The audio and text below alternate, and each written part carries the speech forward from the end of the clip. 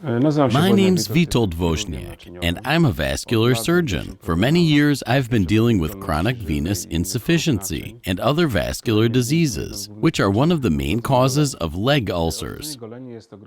Leg ulcers are a huge clinical problem. They affect about 2% of the population in Poland. It is a disease which is extremely hard to treat. Leg ulcers are treated by dermatologists, vascular surgeons, general surgeons, and diabetologists. There's no coherent care and treatment protocol, hence the disease leads to many problems. Venous insufficiency is the most common cause of leg ulcers and is responsible for some 85% of all cases of leg ulcers. Other causes include atherosclerosis of lower limbs and diabetes. When ulcers have more than one cause, we refer to them as mixed ulcers.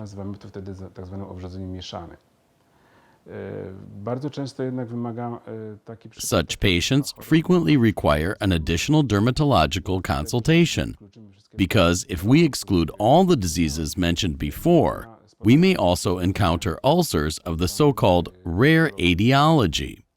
One of the causes of such etiology is skin cancer, which can also take the form of an ulcer, where all attempted methods of causal treatment come to nothing.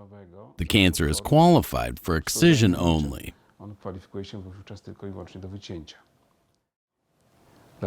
Why such ulceration takes place? Taking atherosclerosis into account, this process can be explained easily.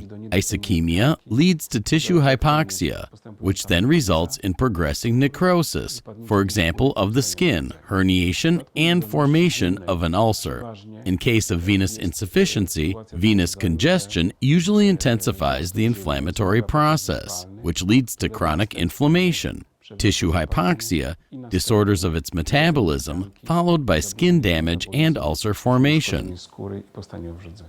In diabetes, these mechanisms are more complex due to the fact that diabetes can damage nerves, hence can lead to the occurrence of neuropathic ulcers. Diabetes can potentially damage small vessels and result in the formation of the so-called ischemic diabetic ulcers. Having conducted causal treatment, for instance after circulation in the limb has been normalized in case of atherosclerosis, and after elimination of the venous reflux, for example excision of ulcers, or using other methods of ulceration elimination, in case of chronic venous insufficiency, once glycemia is normalized, it turns out that the ulceration caused by these diseases doesn't want to heal at all.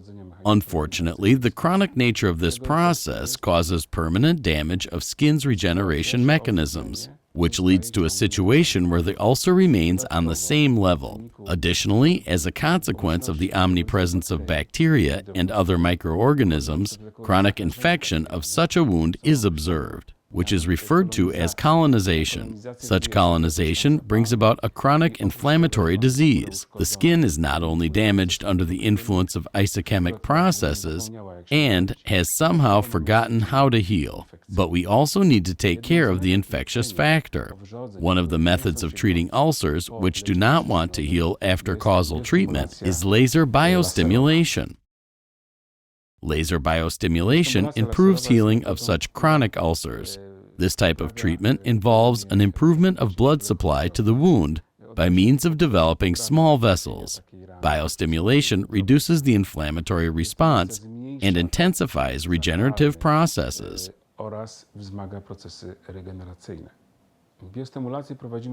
Biostimulation is conducted twice a week, using a dose of 400 milliwatts for 10 seconds per each square centimeter.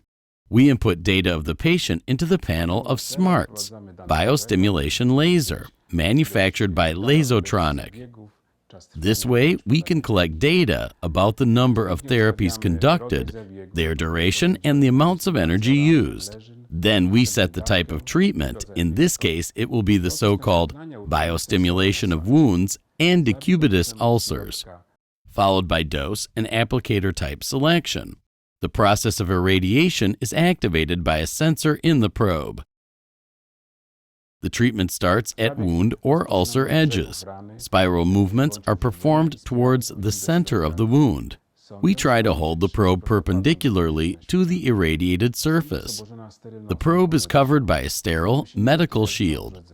It's important not to touch the ulcer, but at the same time, the probe needs to be held very close to the irradiated surface. The edge of the skin around the ulcer can be slightly touched with the probe. During the procedure, the patient must be wearing protective goggles. We have to work in such goggles as well. During treatment, the patient may experience insignificant pinching, burning, or numbness. These are short-term side effects that are well tolerated by patients. From my experience, I know that if the patient feels nothing during the procedure, then most probably it will not be effective. After the therapy, I use dressing Elomed and compression products in case of venous ulcers. Compression therapy is not applied in the remaining cases.